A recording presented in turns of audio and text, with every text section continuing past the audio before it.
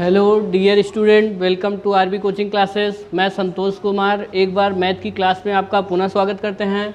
जैसा कि आपने 12 क्लास में मैथ के पहले चैप्टर में पहले एक्सरसाइज का 8 क्वेश्चन आप पढ़ चुके हैं। अब उस 8 क्वेश्चन के बाद क्वेश्चन नंबर 9 यहाँ आपको दिखाया जा रहा है। आगे हम 9 क्वेश्चन का सलूशन दिखा रहे हैं। जैसे क्वेश्चन दिया गया है, सिद्ध कीजिए कि समुच्चय A is equal to x belongs Z such that 0 less than or equal to x less than or equal to 12 में दिए गए निम्नलिखित संबंधों R में प्रत्येक तुल्यता संबंध है। जिसमें पहला पार्ट दिया गया है R is equal to A comma B such that mod of A minus B 4 का गुणज है। देखिए ये 4 का गुणज है। और दूसरे पार्ट में दिया है R is equal to A comma B such that A is equal to B।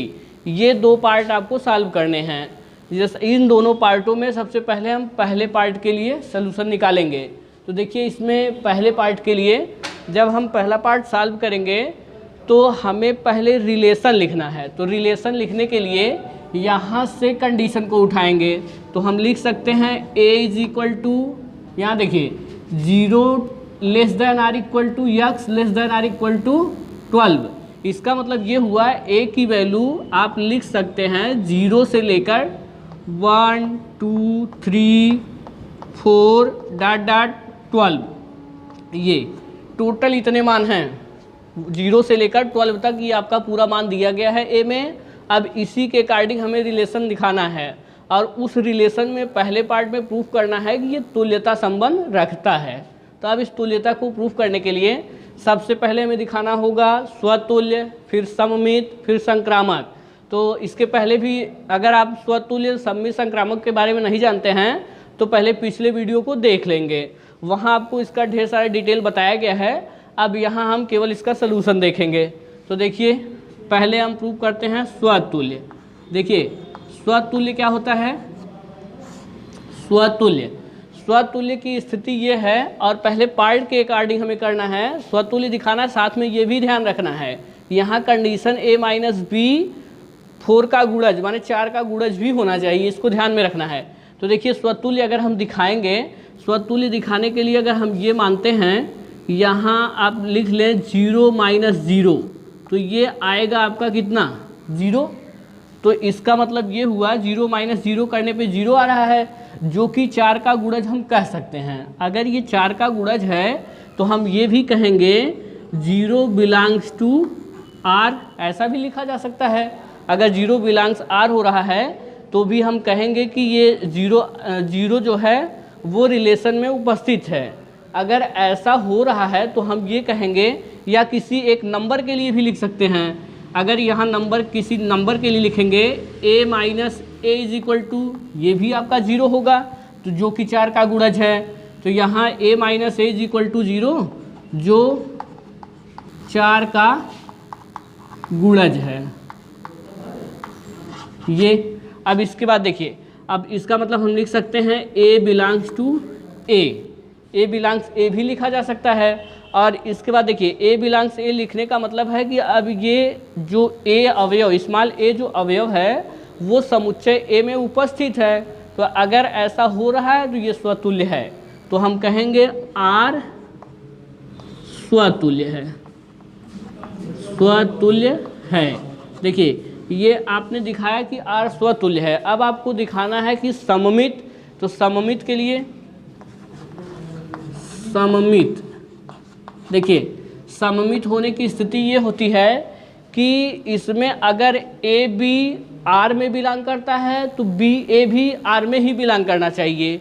तो हम ये कह सकते हैं, देखिए यहाँ हम लिखेंगे A comma B belongs to R। अगर ऐसा A comma B belongs to R हो रहा है और यहाँ लिखा जाए B comma A belongs R, अगर A कामा B R में बिलोंग करता है और B कामा A ये भी R में बिलोंग करेगा, तो इसका मतलब ये आपका सममित होगा। अगर ऐसा सममित हमें दिखाना है तो देखिए इसी में हम ऐसे इसको लिख सकते हैं A minus B is equal to क्या?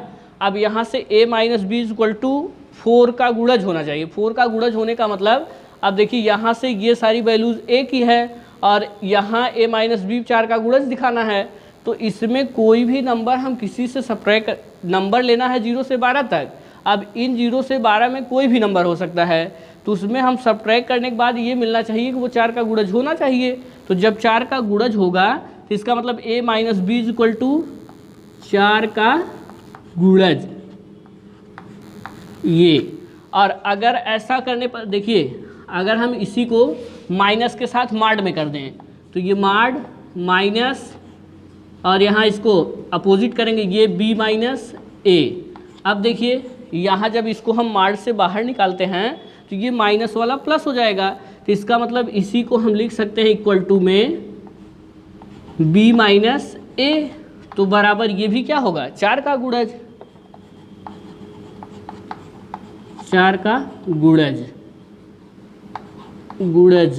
ये। अब 4 का गुणज हुआ, इसका मतलब हम कहेंगे ये आपकी condition a comma b belongs to r और b comma a belongs to r, तो हम कहेंगे r हमारा सममित है, सममित है। अब दिखाना है संक्रामक, तो देखिए संक्रामक की स्थिति में ये संक्रामक जब हम दिखाएंगे तब हमें 3 नंबर लेने हैं a b c। अब तक हम a और b दिखा रहे थे, अब हम संक्रामक के लिए ले लेंगे संक्रामक a comma b comma c, ये बिलोंग्स टू कैपिटल A। अगर a b c 3 नंबर लिए हैं तो ये 3 नंबर आपके a में बिलोंग करते हैं, तो हम ऐसा लिख सकते हैं a comma b belongs to r, तो a माइनस बी 4 का गुणज, 4 का गुणज है, और b comma c belongs r, तो b माइनस सी 4 का गुणज है। देखिए ये अब b comma c belongs to r, तो b माइनस सी 4 का गुणज। अब इन दोनों को अगर हम आपस में जोड़ दें, अगर आपस में जोड़ देंगे तो हम लिख सकते हैं a माइनस बी और प्लस यहाँ हो जाएगा b माइनस सी। तो ये देखिए अगर इनकी स्थिति को हम यहाँ माड को अगर हटा देते हैं तो देखिए ये b वाला पोर्शन b वाले से कैंसिल हो जाएगा, तो बच क्या रहा है a माइनस सी। तो यहाँ आपका इक्वल टू में लिख सकते हैं a माइनस सी। अगर a माइनस सी आया तो इसका मतलब हम कह सकते हैं कि ये भी 4 का गुणज है, ये भी 4 का गुणज है। अब देखिए आपने दिखाया कि a b belongs to R, तो a माइनस बी 4 का गुणज, b c belongs to R, b minus सी 4 का गुणज। तो अब आपने ये दिखाया, इनको सॉल्व करके ये दिखाया कि a माइनस सी 4 का गुणज है, तो इसका मतलब हम ये भी लिख सकते हैं a comma C belongs to r, अर्थात r क्या होगा संक्रामक, संक्रामक है। देखिए हमको प्रूव करना था तुल्यता के लिए, तो तुल्यता का मतलब हुआ जब कोई भी रिलेशन स्वतुल्य होगा, सममित होगा, संक्रामक होगा, तब वो तुल्यता संबंध को रखेगा। तो इसका मतलब ये आपका तुल्यता संबंध है। तो ये आपका पहला पार्ट हुआ। अब हम लोग देखते हैं इसका अगला पार्ट। हाँ तो मित्रों अगला पार्ट इसका r is equal to A comma B such that A is equal to B. अब इसमें स्वतुल्य दिखाने के लिए इसमें अगर हम ये मानते हैं, माना a बिलोंग्स कैपिटल A। अब देखिए a बिलोंग्स कैपिटल A, तो इसका मतलब जब a बराबर b है तो कोई भी संख्या खुद के समान हमेशा होती है। इसका मतलब अगर कोई नंबर हम ले लें, एक खुद के बराबर होगा, a लिया गया तो a खुद के बराबर होगा, अर्थात हम कह सकते हैं a is equal to a, या इसी को लिखा जा सकता है a comma a belongs to r, अर्थात ये r हो जाएगा स्वतुल्य, ये स्वतुल्य हुआ, r स्वतुल्य है। अब सममित के लिए सममित, देखिए सममित की स्थिति में क्या होगा, सममित में होना चाहिए कि a b अगर r में बिलोंग करता है तो b a भी r में बिलोंग करना चाहिए। तो यहाँ आपको पता भी है कि a b के बराबर है, a b के बराबर है तो आप b a के भी बराबर कह सकते हैं। तो यहाँ लिखिएगा a comma b belongs to R तो ए बराबर बी। अब देखिए जब ए बी के बराबर है तो आप बी ए को भी बराबर तो कह सकते हैं, तो इसका मतलब यहाँ हो जाएगा B comma A belongs to R. तो यहाँ आप ये लिख सकते हैं B is equal to A. तो ये दोनों कंडीशन को फॉलो करते हैं, इसलिए यहाँ आर क्या होगा, सममित, आर सममित है। अब संक्रामक के लिए, संक्रामक देखिए संक्रामक की स्थिति में यहाँ हमको 3 नंबर फिर से लेने हैं, ए बी सी 3 नंबर लेंगे, ए बी कामा सी, ये बिलोंग्स टू कैपिटल ए। अब यहाँ हम ये कह सकते हैं ए comma B belongs to R तो ए बराबर बी। और दूसरी स्थिति में B comma C belongs to R तो बी बराबर सी। अब देखिए ए बराबर बी है और बी बराबर सी है, इसका मतलब यहाँ ए बराबर हम सी भी कह सकते हैं, तो हमको मिल रहा है ए बराबर सी। अब जब ए बराबर सी मिला तो हम ये कह सकते हैं ए comma C belongs to R. अब a comma C belongs to R, इसका मतलब यहाँ देखिए a comma b belong R, b comma c belong R और a comma C belongs are, अर्थात ये आर आपका संक्रामक होगा, संक्रामक है। अब स्वतुल्य दिखाए, सममित दिखाए, संक्रामक दिखाए, तो हम कह सकते हैं अतः आर तुल्यता संबंध रखता है। ये क्वेश्चन नंबर 9 आपका कंप्लीट हुआ। अब हम लोग अगले क्वेश्चन की ओर चलते हैं। हाँ तो मित्रों क्वेश्चन नंबर 10 के लिए देखिए इसमें दिया है ऐसे संबंध का उदाहरण दीजिए जो सममित हो किंतु न तो स्वतुल्य और न ही संक्रामक। तो देखिए इसमें हमें ऐसे एग्जाम्पल्स चुनने हैं ताकि वो सममित हो जाए लेकिन स्वतुल्य और संक्रामक ना हो।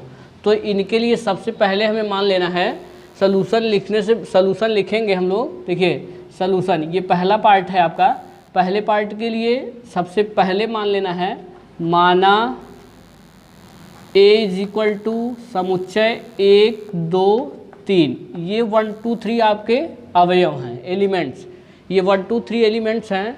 अब इन्हीं में से हमको व्यवस्थित करना है कि सममित हो किंतु स्वतुल्य और संक्रामक ना हो। तो देखिए पहले एग्जाम्पल में हम जानते हैं सममित होने की कंडीशन क्या होनी चाहिए, एक दूसरे का प्रतिबिंब बनना चाहिए, एक दूसरे का प्रतिबिंब बनना चाहिए। इसका मतलब अगर 1 2 होगा तो 2 1 भी होना चाहिए, 1 3 होगा तो 3 1 भी होना चाहिए। तो इस प्रकार का कोई भी उदाहरण आप लिख सकते हैं। तो जैसे इसके लिए देखिए हम लिख सकते हैं r इज इक्वल टू 1 2 और यहाँ लिख दे रहे हैं 2 1। देखिए ये आपका एक ऐसा उदाहरण लिया गया है जो केवल सममित की कंडीशन को दिखाता है, और ये स्वतुल्य तब होता है जब 1 1 2 2 3 3 इसमें जो दिए गए हैं इनके डबलेट होते तब जाके ये स्वतुल्य होता है। और जब तीनों होते जैसे 1 2 2 1 और 1 3 और 3 1 ये सारे नंबर्स होते तब जाके वो आपका संक्रामक भी होता है। तो हमको ऐसा चुनना था कि केवल आपका सममित हो और संक्रामक न हो। तो अब दूसरे पार्ट में संक्रामक हो परंतु सममित और स्वतुल्य ना हो। क्वेश्चन को ध्यान से पढ़ना है, अलग अलग कंडीशन है हर जगह। यहाँ दिया गया है संक्रामक हो परंतु सममित और स्वतुल्य ना हो। तो देखिए संक्रामक की कंडीशन को हमने बार बार दिखाया कि उसमें 3 नंबर लेते हैं, जैसा कि 3 नंबर आपका पहले से भी लिया जा चुका है, 3 नंबर लिया गया है 1 2 3। अब 1 2 3 लेने का मतलब है कि जब ये कंडीशन संक्रामक की स्थिति तब दिखाएगी जब हम इसको लिखेंगे आर। देखिए रिलेशन, ये रिलेशन किस प्रकार का होना चाहिए, रिलेशन 1 2 2 3 और 1 3। देखिए यहाँ 1 2 और यहाँ 2 3 और देखिए अब यहाँ अगला होना चाहिए 1 3। तो ये देखिए अब ये जो आपका रिलेशन दिखाया गया है ये केवल आपको संक्रामक दिखाएगा, सममित और स्वतुल्य नहीं दिखाएगा। तो अब देखिए तीसरे वाले पार्ट में स्वतुल्य सममित हो किंतु संक्रामक ना हो। तो देखिए तीसरी कंडीशन में 2 पार्ट होना चाहिए लेकिन तीसरा नहीं होना चाहिए। तो स्वतुल्य और सममित दिखाने के लिए हम क्या लिखेंगे, डबलेट होना चाहिए। स्वतुल्य के लिए डबलेट माना जाता है कि उसका 1 1 होना चाहिए, 2 2 होना चाहिए, 3 3 होना चाहिए। पहले हम इन नंबरों को लिख लें। देखिए यहाँ r इज इक्वल टू 1 कामा 1, 2 कामा 2 और 3 कामा 3, ये हो गया डबलेट। अब देखिए इसका मतलब ये स्वतुल्य को प्रदर्शित करेगा। अब स्वतुल्य के लिए देखिए सममित भी दिखाना है तो ऐसे लेते हैं ताकि वो स्वतुल्य और सममित दोनों दिखाए। तो अब इसमें देखिए हम ले सकते हैं 1 कामा 2, 1 कामा 2 के अलावा और भी नंबर क्या हो सकते हैं, इनका अपोजिट क्या होगा 2 कामा 1, तो ये हो जाएगा 2 कामा 1।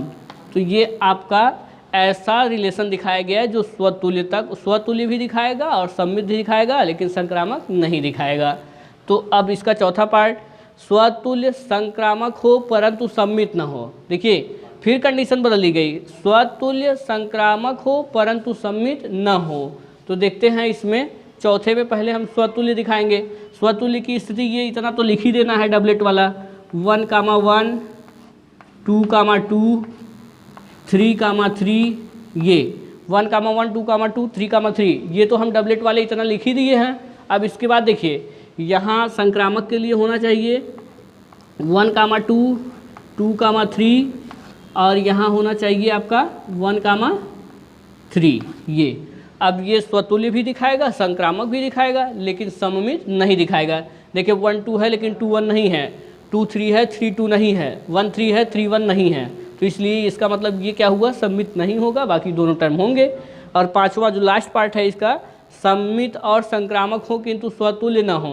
देखिए इसमें दिया है बदल के फिर से सममित संक्रामक, इसमें स्वतुल्यता को नहीं दिखानी है। तो हम इसके लिए उदाहरण लिख सकते हैं। यहाँ देखिए इसका उदाहरण क्या होगा, सममित और संक्रामक हो किंतु स्वतुल्य न हो। तो इनके लिए हम लिखेंगे 1 2 और 2 1 और एक एग्जाम्पल 1 1 के लिए। देखिए 1 2 और यहाँ हो जाएगा 2 1 और ये 1 कामा 1, ये बीच में कामा है।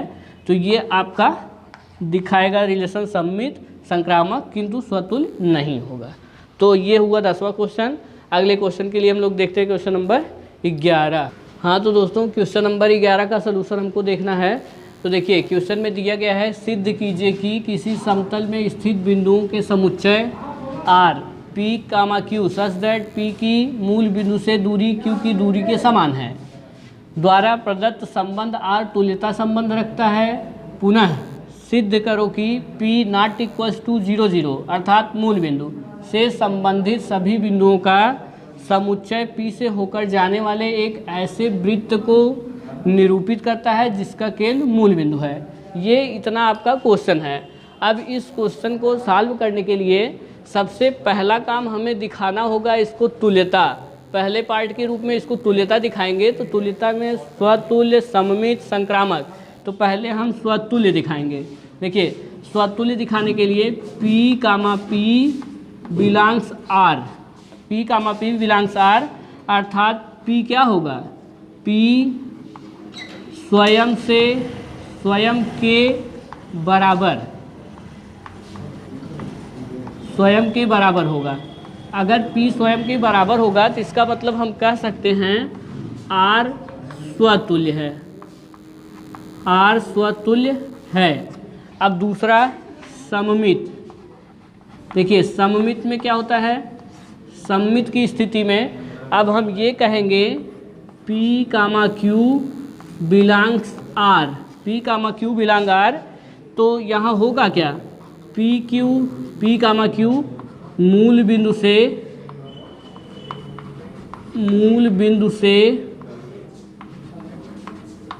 समान दूरी पर हैं, समान दूरी पर हैं। देखिए जब P Q मूल बिंदु से समान दूरी पे हैं तो हम ये भी कह सकते हैं Q P मूल बिंदु से समान दूरी पर होगा। तो इसका मतलब यहाँ लिख लिया जाए Q कामा P मूल बिंदु से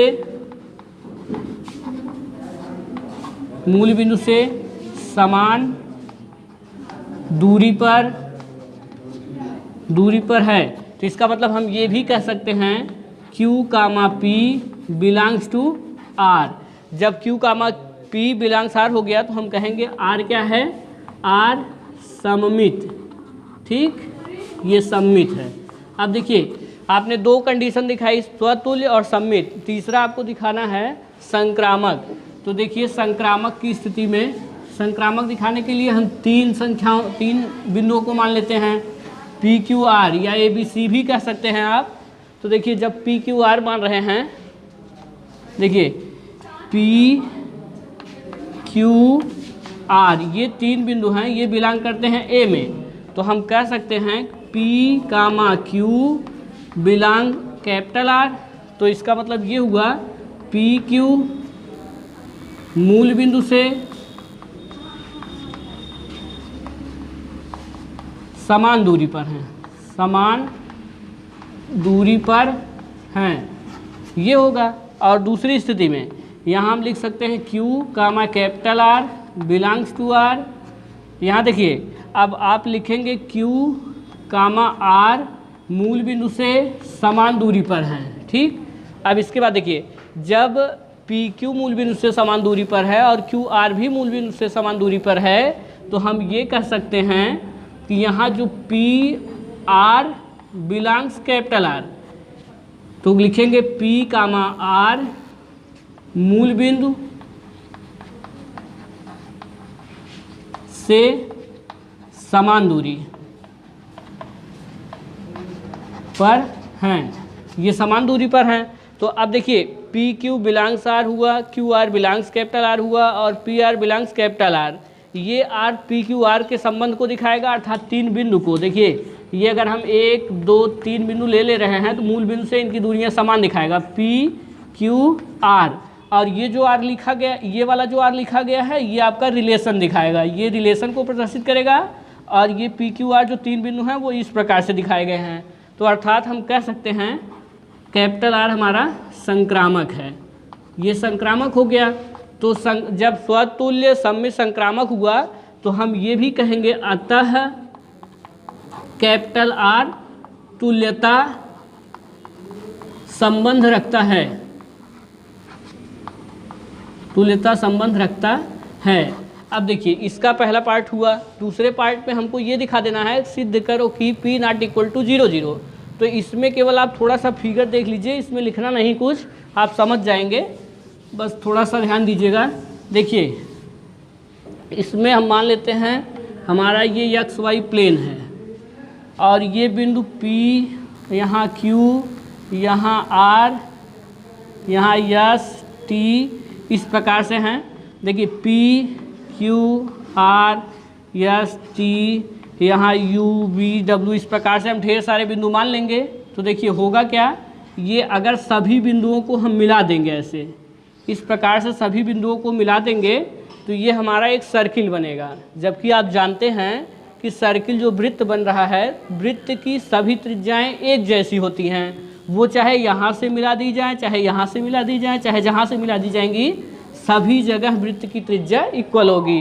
अर्थात हम कह सकते हैं कि ये एक वृत्त को प्रदर्शित करेगा जिसका मूल बिंदु, जिसका केंद्र मूल बिंदु होगा।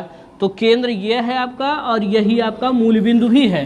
तो इसमें लिखना कुछ नहीं है, बस ऐसे आपको अच्छे से फिगर बना लेना है।